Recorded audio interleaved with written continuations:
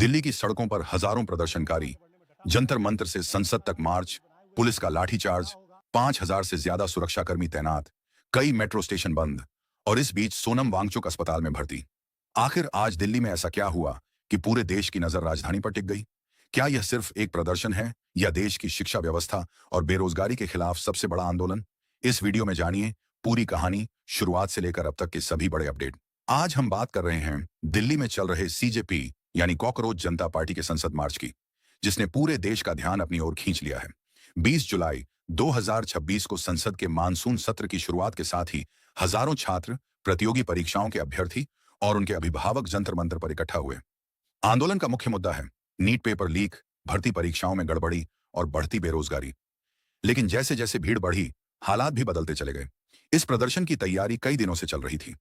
19 जुलाई की शाम से ही देश भर से छात्र दिल्ली पहुंचने लगे। रात भर जंतर मंतर पर भीड़ जुटती रही और सोमवार सुबह चलो संसद मार्च का ऐलान किया गया।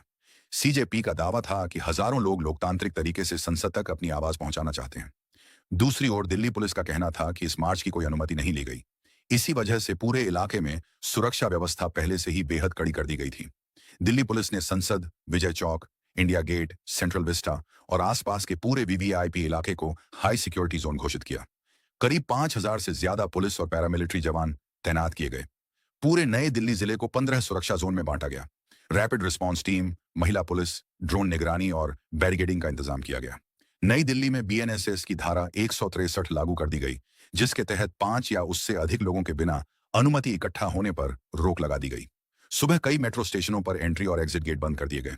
राजीव चौक और सेंट्रल सेक्रेटेरिएट समेत कई स्टेशनों पर यात्रियों को परेशानी का सामना करना पड़ा।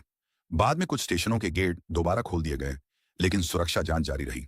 सुबह जैसे जैसे भीड़ बढ़ी, प्रदर्शनकारियों ने संसद की ओर बढ़ने की कोशिश की। पुलिस ने बैरिकेडिंग कर रास्ता रोक दिया। इसके बाद मौके पर तनाव बढ़ गया। रिपोर्टों के अनुसार पुलिस ने भीड़ को रोकने के लिए लाठीचार्ज किया। इसी दौरान सीजेपी के मुख्य प्रवक्ता सौरव दास को डिप्टी कमिश्नर के कार्यालय ले जाया गया। उन्होंने कहा कि सरकार के साथ बातचीत जारी है और समाधान की कोशिश हो रही है। इस आंदोलन का सबसे बड़ा चेहरा सामाजिक कार्यकर्ता सोनम वांगचुक बने हुए हैं। वह पिछले कई दिनों से भूख हड़ताल पर थे। स्वास्थ्य बिगड़ने के बाद उन्हें सफदरजंग अस्पताल में भर्ती कराया गया। डॉक्टरों के अनुसार उनकी हालत फिलहाल स्थिर है, लेकिन लगातार मेडिकल निगरानी की जरूरत है। वांगचुक ने कहा कि अगर सरकार शिक्षा व्यवस्था में हुई गड़बड़ियों की जिम्मेदारी स्वीकार करे या संसद में इस मुद्दे पर चर्चा का भरोसा मिले, तो वह अपना अनशन समाप्त कर सकते हैं। इस बीच उनकी पत्नी गीतांजलि अंगमो ने दिल्ली हाईकोर्ट का रुख किया। उन्होंने मांग की कि सोनम वांगचुक को उनकी पसंद के अस्पताल में शिफ्ट किया जाए। मामले पर दोपहर में सुनवाई निर्धारित की गई। इस घटनाक्रम पर पूरे देश की नजर बनी हुई है। आंदोलन को कई राजनीतिक नेताओं और सामाजिक कार्यकर्ताओं का समर्थन भी मिला। आम आदमी पार्टी के नेता आतिशी, मनीष सिसोदिया और संजय सिंह जंतर मंतर पहुंचे। इसके अलावा कई सामाजिक कार्यकर्ताओं और सार्वजनिक हस्तियों ने भी प्रदर्शनकारियों की मांगों पर चर्चा की अपील की। वहीं दिल्ली पुलिस लगातार यह कहती रही कि कानून व्यवस्था बनाए रखना उनकी प्राथमिक जिम्मेदारी है।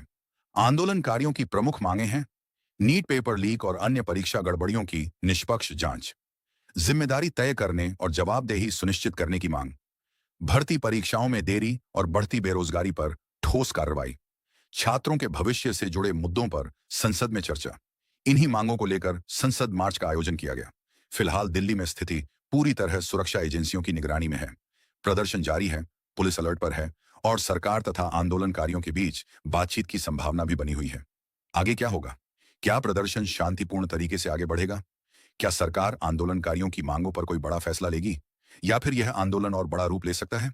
इन सभी सवालों के जवाब आने वाले घंटों में सामने आ सकते हैं। अगर आपको यह वीडियो जानकारीपूर्ण लगा हो तो वीडियो को लाइक करें, चैनल को सब्सक्राइब करें और बेल आइकन जरूर दबाएं। आपकी राय क्या है? अपनी बात नीचे कमेंट बॉक्स में जरूर लिखें। धन्यवाद। मिलते हैं अगली बड़ी खबर के साथ।